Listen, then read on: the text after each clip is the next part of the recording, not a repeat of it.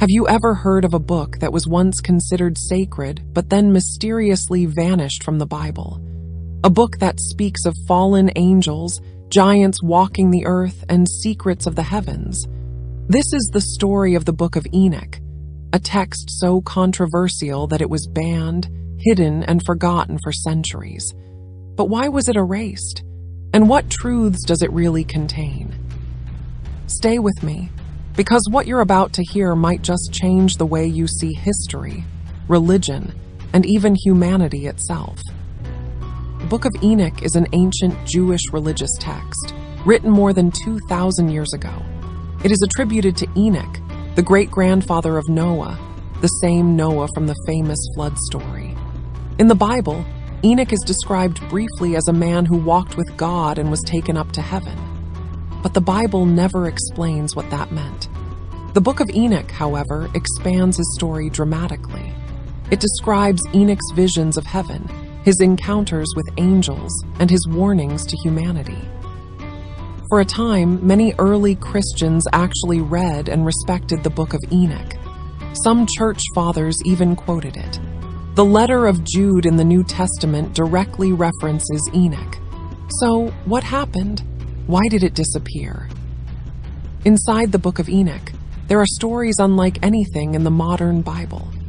It tells of the Watchers, angels who descended to earth, fell in love with human women, and gave birth to giants known as the Nephilim. These giants were said to have brought violence and chaos, corrupting the earth until the Great Flood came. It also describes secret knowledge, astronomy, weapons, magic given to humans by these fallen angels. For early church leaders, these writings were dangerous. They blurred the line between divine truth and myth. They raised uncomfortable questions. If angels could fall, what did that say about heaven? If giants once walked the earth, where was the proof? By the 4th century, powerful councils of the church decided the Book of Enoch must not be included in the official Bible. It was labeled heretical, dangerous, and banned. For centuries, it vanished in the West. Many believed it was lost forever. But history has a way of keeping secrets alive. In the mountains of Ethiopia, the Book of Enoch never truly disappeared.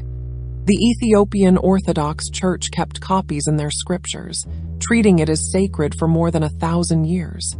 Then, in the 18th century, a Scottish traveler named James Bruce rediscovered the text and brought copies back to Europe. Scholars were stunned. Here was the long-lost book quoted by ancient Christians, finally back in human hands. Later, in 1947, the Dead Sea Scrolls were discovered in Qumran, Israel. Among the scrolls were fragments of the Book of Enoch in its original Hebrew and Aramaic. This proved it wasn't just legend. It was real, ancient, and widely read. So, what do we make of it today? Some see it as a window into ancient imagination, myths that tried to explain the mysteries of life. Others believe it hides a truth too powerful for the church to accept. The Book of Enoch gave us one of the earliest pictures of a cosmic struggle between good and evil. It shaped later ideas of angels, demons, heaven, and hell. Even though it's not in the Bible, it left fingerprints all over modern religion, literature, and even popular culture. And yet, questions remain. Were the Watchers just symbolic? Or did something really happen in humanity's distant past?